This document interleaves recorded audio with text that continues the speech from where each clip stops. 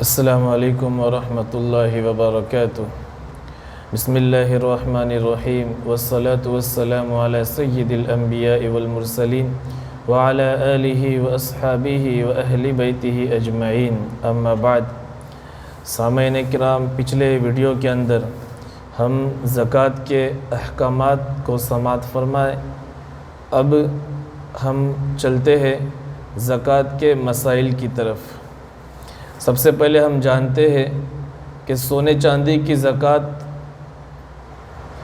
والذین یکنزون الذهب والفضة ولا ينفقونها فی سبیل اللہ فبشرهم بعذاب علیم۔ اللہ فرماتا ہے، اور جو لوگ گاڑ کر رکھتے ہیں سونا اور چاندی اور اس کو خرچ نہیں کرتے اللہ کی راہ میں، سو ان کو خوشخبری سنا دیجئے دردناک عذاب کی۔ آیت میں کنز سے وہ مال مراد ہے جس کی زکوٰۃ نہ ادا کی گئی ہو۔ زکوٰۃ ادا کر دی جائے تو وہ شرعاً کنز نہیں، چاہے مدفون ہو یا نہ ہو۔ اللہ رب العزت قرآن کریم کے اندر فرماتا ہے، جو مال کو گاڑ کر رکھتے ہیں، اور دوسرا اس کا مطلب یہ بھی ہے کہ جمع کر کے رکھتے ہیں اور اس کی زکوٰۃ ادا نہیں کرتے، تو ان کو دردناک عذاب کی خوشخبری سنا دیجیے۔ جب زکوٰۃ ادا کرے تو کوئی مسئلہ نہیں۔ 20 مسکال سونے اور 200 درہم چاندی پر سال گزر جائے تو 40واں حصہ زکوٰۃ واجب ہے۔ احادیث میں 5 اوقیہ یعنی 20 درہم سے کم چاندی میں زکوٰۃ واجب نہیں، 5 اونٹ سے کم میں کچھ واجب نہیں، اور 20 مسکال سونے سے کم میں اور کچھ واجب نہیں، اور 200 درہم چاندی سے کم میں کچھ واجب نہیں۔ سونے میں تم پر کچھ واجب نہیں یہاں تک کہ 20 دینار ہو جائے، اور تمہارے پاس 20 دینار ہو اور اس پر سال گزر جائے تو اس میں نصف دینار واجب ہے، یعنی آدھا دینار۔ زائد ہو تو اس میں بھی اسی حساب سے نکالیں۔ بخاری میں حضرت انس رضی اللہ تعالیٰ عنہ کی روایت میں ہے، چاندی میں 40واں حصہ واجب ہے، چونکہ سونا اور چاندی من جانب اللہ صائمہ جانوروں کی طرح اضافے کے لیے مہیا کیے گئے ہیں، اس لیے اس میں زکوٰۃ کو واجب کیا گیا ہے۔ سونے چاندی اور زمینی پیداوار میں جانوروں کی طرح 2 نصاب کے درمیانی تعداد پر زکوٰۃ کی معافی نہیں ہے، کیونکہ ان اشیاء میں بلا زر تقسیم ممکن ہے، بخلاف جانوروں کے۔ مذکورہ نصاب سے کم ہو تو زکوٰۃ واجب نہ ہوگی۔ اگر ملاوٹ ہو تو ملاوٹ کے بغیر خالص سونے یا چاندی کی مقدار نصاب کے برابر ہو تو زکوٰۃ واجب ہوں گی۔ سونے چاندی کے علاوہ ہیرے جوہرات وغیرہ میں زکوٰۃ واجب نہیں، کیونکہ حدیث میں اس پر زکوٰۃ کا تذکرہ نہیں ہے، اور یہ اشیاء کام کاج اور استعمال کے جانوروں کی طرح استعمال کے لیے مہیا ہے۔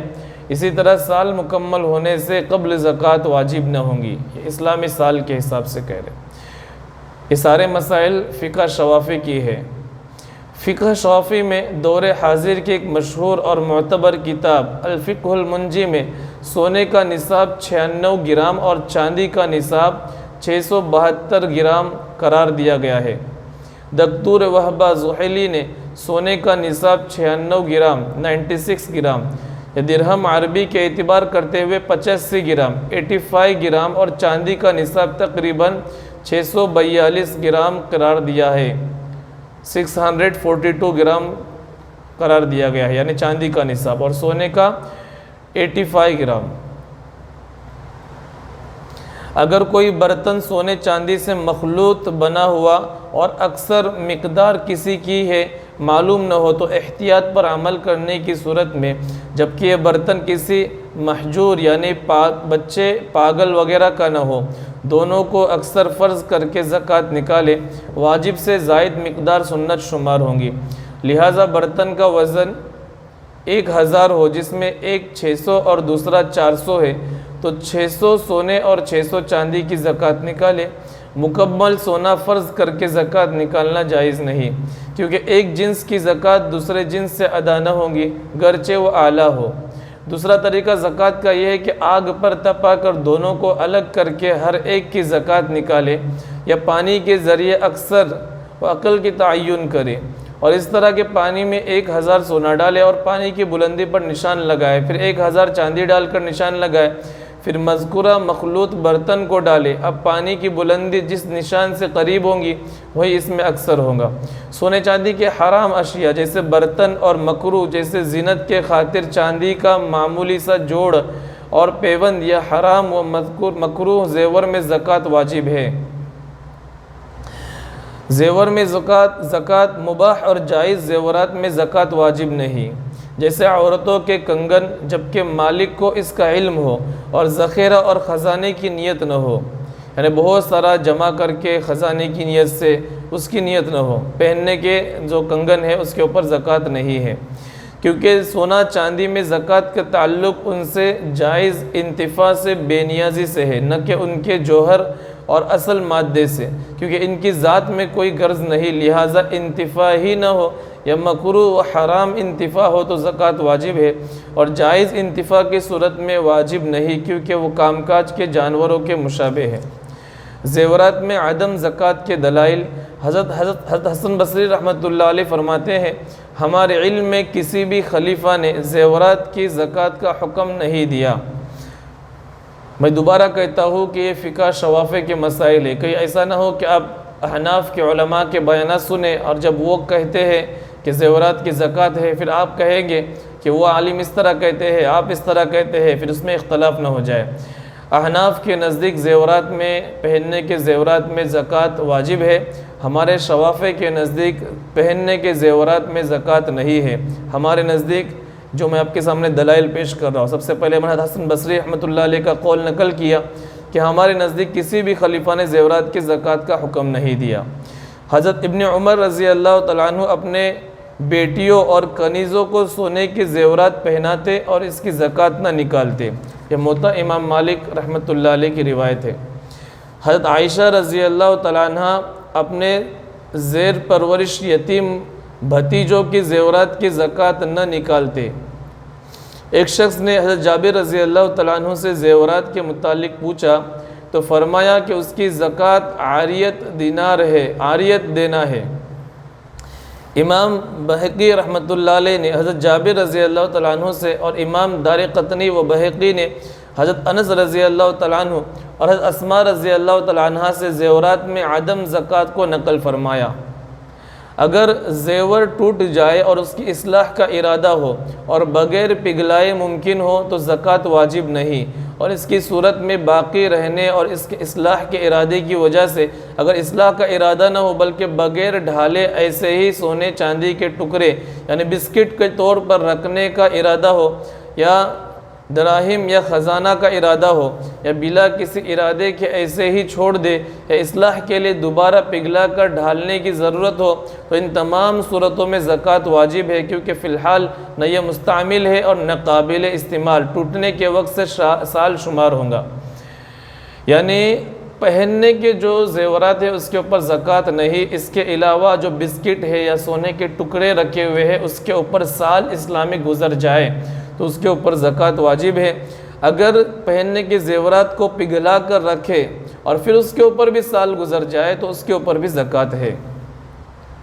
مالک کو زیورات کا علم نہ ہو، مثلاً وراثت میں مباح جائز زیور ملے اور سال گزرنے تک اسے اس بات کا علم نہ ہو تو اس میں زکوٰۃ واجب ہے، کیونکہ اس نے مباح استعمال کے لیے رکھنے کی نیت نہیں کی۔ اس طرح اگر کوئی ذخیرہ اور خزانے کی نیت سے زیورات رکھے تو اس میں زکوٰۃ واجب ہے۔ اگر خزانہ جمع کرنے کی نیت سے، پہننے کی نیت سے، اگرچہ وہ کہ شکل اختیار کیا ہوا ہو لیکن پہننے کی نیت سے نہیں بلکہ ایسے خزانے کی نیت سے اگر جمع کر کے رکھتا ہے سونا چاندی تو اس کے اوپر بھی زکوٰۃ واجب ہے۔ مرد یا خسنا یعنی ہجڑا جو کہتے ہیں، پہننے کے لیے کنگن اور پازیب بنانا حرام ہے۔ اگر کوئی مرد یہ زیور کسی عورت یا بچے کے پہننے کے لیے یا ان کو عاریت پر یا کرائے پر دینے کے لیے بنائے یا بلا قصد بنائے یا ذخیرے کے لیے بنائے تو جائز ہے، لیکن آخری صورت میں زکوٰۃ واجب ہے۔ سونے چاندی سے کسی ذی روح کی تصویر بنانا ہر کسی کے لیے حرام ہے اور اس میں زکوٰۃ واجب ہے۔ یعنی پہلے زمانے میں سونے کی جو مورتیاں وغیرہ بنائی جاتی تھی۔ مرد اور خنسا کے لیے سونے چاندی کے زیورات حرام ہیں۔ مرد اور خنسا یعنی جو ہجرہ جس کو ہم کہتے ہیں اس کے لیے حرام ہے، زیورات بنانا۔ سونے چاندی کے ہاتھ اور انگلیاں عورتوں کو بھی حرام ہے۔ آپ صلی اللہ علیہ وسلم نے فرمایا سونا اور ریشم میری امت کی عورتوں کے لیے حلال ہے اور مردوں پر حرام ہے۔ احتیاطاً خنسا بھی کو بھی مرد کے حکم میں رکھیں گے۔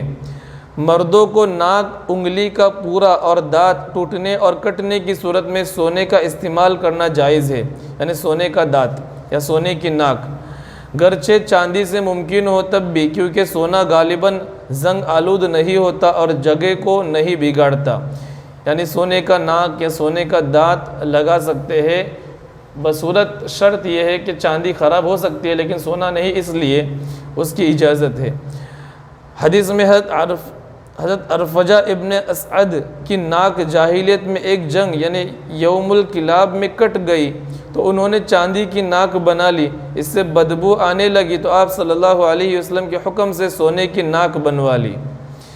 ناک پر دانت اور پورے کو قیاس کیا گیا، چاہے ایک دانت ہو یا زائد اور ایک ہی انگلی کا پورا ہو، یہ تمام یہ اعضاء کام دیتے ہیں، اس لیے اجازت ملی، لیکن انگلی اور ہاتھ سے یہ مقصد حاصل نہ ہوگا، لہٰذا ناجائز قرار دیا۔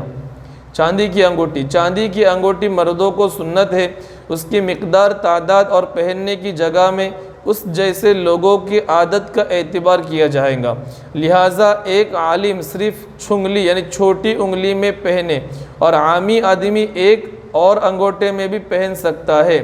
عادت کے خلاف استعمال مکروہ یا حرام ہوگا۔ پہلے سے اگر وہ پہنتا ہے تو اجازت ہے، اب نیا پہننے کی اجازت نہیں، اور ان دونوں صورتوں میں زکوٰۃ لازم ہوں گی۔ انگوٹھی پر سونے کا پانی چڑھانا حرام ہے، یعنی مردوں کے لیے۔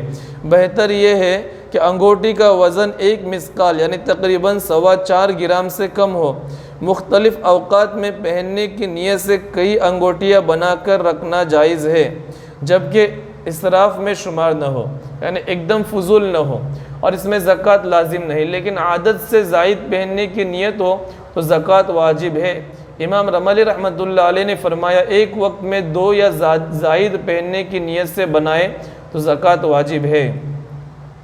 انگشتری یعنی دائیں ہاتھ کی چنگلی اور بائیں ہاتھ کی چنگلی میں مستحب ہے، لیکن دائیں میں افضل ہے کیونکہ یہ زینت ہے اور دایاں اشرف ہے۔